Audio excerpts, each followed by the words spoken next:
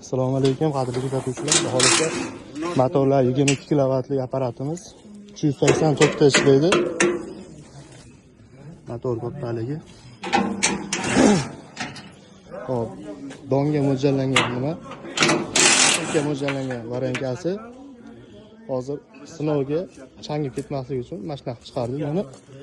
Bitta press tomon. Maydalangan holati mana bu setkadan chiqadi. Hop.